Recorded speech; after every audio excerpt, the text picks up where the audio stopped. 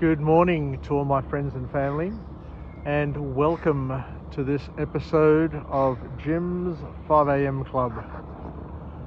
It's Monday morning. We're approaching summer. It's another overcast Sydney day, bit cool, and we'll see where it leads us. We could get rained off work today, depending on how much it rains and how long it rains for. But I've got another book summary to share with my friends and family, and the book summary is entitled Joyful by an author named Ingrid Fetell. And it's a different style of book. It's a book which focuses on what we can do to our surroundings to improve our engagement with our environment and to bring some joy and happiness back into our lives. One of the big challenges that we face is that we live in a society which is heavily consumerist, where we buy. We spend money we don't have to buy things we don't need or want in order to impress people that we don't like. And with that busy accumulation of goods and services, with things, with trinkets, what we're actually doing, and we're not aware of it initially, but with time you become more and more aware of it. What we're doing is we're adding pressure to our lives, because all of the things that we buy, all of the things that we accumulate require maintenance, require attention, require our time.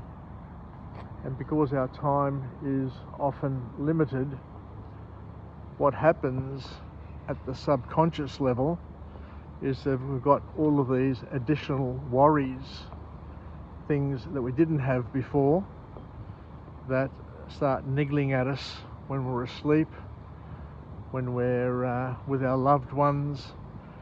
And you could say that they are modern day distractions, because you don't need very much to keep you happy. In fact, what this author says is that less is more. And my mother always used to say when I was young, don't fill your wardrobe with lots and lots of clothes and lots of things. You're better off spending twice as much and getting half as many, as long as what you have is quality and what you have you enjoy, and what you have helps express yourself to yourself and to those around you. So being, I guess, more discerning in how we spend our money and how we focus our time is a key message from this wonderful author. And I've got to tell you, I do find this book refreshing, especially now that I'm getting older. I've been living in the same house for since 1977, so sounds like it's 45 years in the same house. And as you understand, when you live in the same place for so long, you do get to accumulate a lot of trinkets, a lot of memories over the years. And this book here reminds us that we need to start clearing out some of those things to make room for other things and other people and other experiences. And the same thing happens with relationships as well. this author here says that just like we need to clear out our garage and clear out our house of trinkets and things, we also need to consider moving on from those relationships which no longer serve us. Whilst it may sound opportunistic and may make you feel as if you're a user, every relationship, every material thing that crosses our path in our life, in reality has a use-by date, and we need to keep on reviewing those items in our lives to make sure, as we said before, that they still continue to empower us, they still continue to be useful to us and those around us, and continue to help us express ourselves and to allow us to feel that we continue to belong and that we can use it to better our lives and to better the lives of the people around us. So what can we glean from this book, from this author? And this author basically says that we need to take care of ourselves and not to depend on others to provide that care for us. And I'll just pause there just to help that sink in, because at the end of the day, each and every one of us have a duty of care to others, but most importantly, that duty of care needs to be extended to ourselves first and foremost. Our parents bring us into the world and care for us, look after us, provide for us, and their, first priority is for us to look after ourselves as well, to continue that love, that love that they sensed, that they experienced when we first came into their lives. So we need to continue to look after ourselves physically, mentally, spiritually, from a holistic perspective, which means that we need to take care of our mental health as well, and every other aspect. We need to be financially independent where possible, and to help each other once we get to a point where we feel comfortable and we have fulfilled our own needs. And the more basic those needs are, then what this author is saying is that the happier you're going to be, because you're not going to be left unfulfilled by having irrational sort of needs. Often you see people driving around the city with expensive vehicles, and I say to myself, what's the purpose? What's the purpose of driving around in such an expensive vehicle? What is missing in your life that you need to spend $1 million on a car and spend hundreds of thousands of dollars throughout the life of that car in order to maintain it? It is vanity on steroids, and it just goes to show that if not kept in check, these spending habits that we start to generate can get really out of hand, and you can lose perspective and then feel that your self-worth as a person is based on the assets, the trinkets, the toys that you accumulate in your life. I guess one way of looking at it is our purpose in life is to serve God with all your heart, mind and soul, to be a partner in His plan, and to also serve each other. The reason why we become wealthy, the reason why we become educated, the reason why we become connected to other people and networked is not to help us accumulate a massive inventory of things which mean nothing in the end, but it's to use those things that we're able to accumulate, the money, the people, the resources,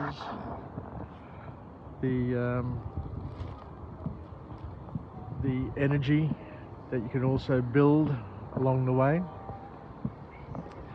to help others. And it's not all about filling your garage with cars and having houses and property all over the world. It's basically, as we were saying before, we have one lifetime, one allocated lifetime to make the most of it, and it's best, according to this author, invested in a way that A, helps express who you are as a person, but B, helps others along the way as well. So the author reminds us that the older we get, we tend to develop a thing called tunnel vision, that we just focus on a few things, and some people just focus on themselves and their own needs and their own happiness, satisfaction, without reaching out to others, without looking to have shared experiences. But the author here says it's never too late to wake up and to connect with nature, to connect with other people, and to give up the selfishness that comes from just being a consumerist who is just spending and creating landfill just for the sake of trying to find themselves or trying to find some happiness.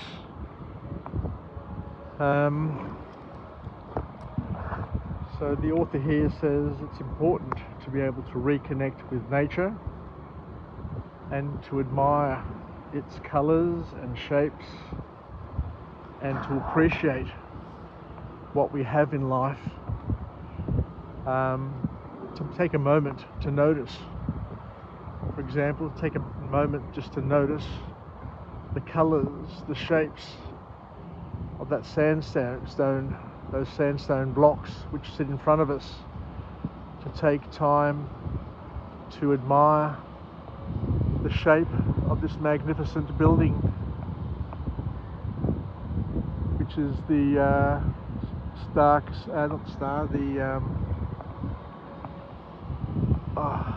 forgotten its name already, the Crown Casino down here at Barangaroo, that has been named one of the most beautiful buildings in the world. To take the time to notice your family, your friends, the people you work with, and all of those sorts of things, all of those beautiful faces and beautiful souls. And it's also time to focus on your home, if you have one, of course. But if you do have a home, what the author here is saying, that you may want to consider making it brighter and removing a lot of the clutter.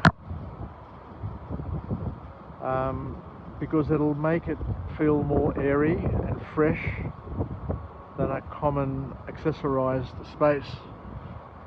I guess many people growing up in the 60s and 70s, grew up in homes which gradually got cluttered with, more and more accessories. As we became more affluent, we tended to buy more things.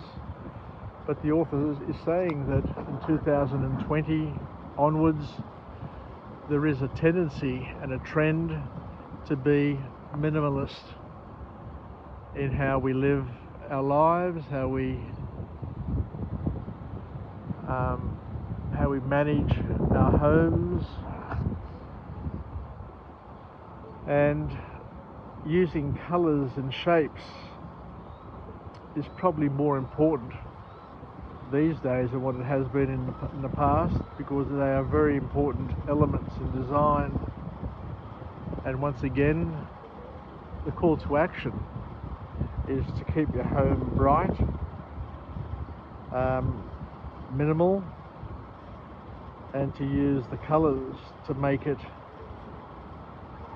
inviting. Inviting is the message from this author.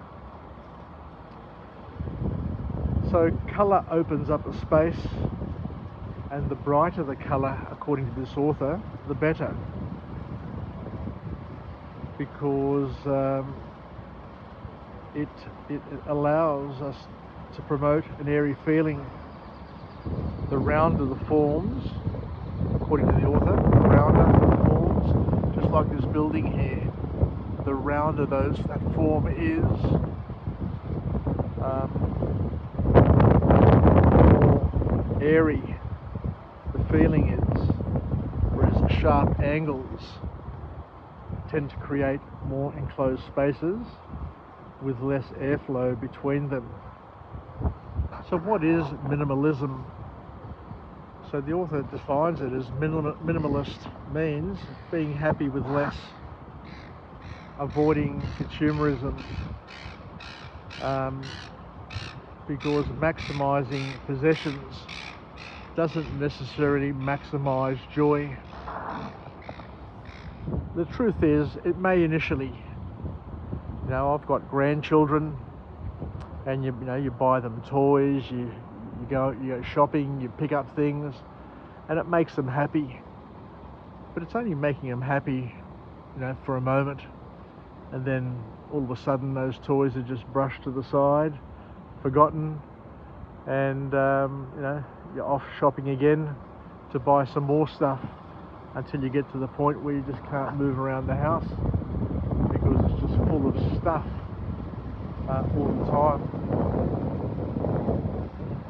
So the author then goes on to talk about the cultural significance and the cultural contribution to this whole concept of minimalism, and talks about the Japanese, how they, leaders in this whole minimalist thought process,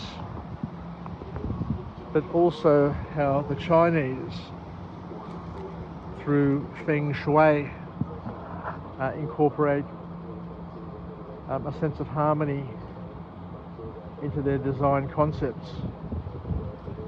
Harmony and peace is what we're saying here, and it's all about energy and the flow of energy, chi energy flow, according to this author. So the author then goes on to talk about how your home, your castle, whatever you may want to call it, is a reflection, or should be a reflection, of who you are. And if you've got too many things, you've got your garage chock-a-block with junk, you've got stuff all over the house, you've got bushes unkept, gardens unkept, all of those things, that clutter may indicate that you have a troubled life, according to this author, as your home, your possessions, all of those are a reflection of yourself. So the call to action is to spend money on things that make you happy, and airflow is the key. To have an airflow, to have harmony, so that you're not overwhelmed and troubled or pressured by, or constricted, I guess is one way of saying it, by, or strangled as well is another way, by having too many things in your way, in your life, taking over your mind, your brain, even at the subconscious level, as we were saying before, that everything that we do in our lives goes into our subconscious, and thankfully we've got a reticular activating system, a part of the brain which is the filter, which helps keep us sane by not allowing us to focus on everything at the same time. But the reality is that at the subconscious level, we do have things niggling at us, pulling at us, things which is, such as unfinished business, or things which just, as I said before, just feel as if they're just strangling us. And this is based on this overwhelming sensation caused by having too many things, and too many things which create problems, too many problems. So the last point that the author makes in this book is to alert us to the fact that people are naturally attracted to odd and funny visuals. So to consider incorporating colour, shape, texture into our designs, and to combine them where possible for that special thing. And that detail has a massive impact in our lives, but that detail needs to be thoughtful, not just to be randomly thrown together in a thing which could be considered to be a mess. So I'll finish up here. So thank you very much for joining me on this episode of Jim's 5am Club. It's a cold morning, cold spring morning. Now we're a week away from summer.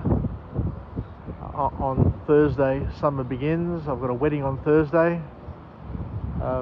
Peter and Marcel are getting married, having their church wedding, should I say. They're already married, and they're going to celebrate the christening also of their daughter, Delphi. So I look forward to that. I hope the weather is going to be nice, but regardless of the weather, we've got Peter's sister, brother-in-law, and a nephew and a niece from Perth here, and we're going to have a great time. So wishing you all the well. Happy first day of the business week, and we'll chat again, where I'll come to you again from another place, another message of empowerment, so that we can incorporate OPE, other people's experiences, into our life and see where it leads us. Take care everybody, yasas, and bye for now.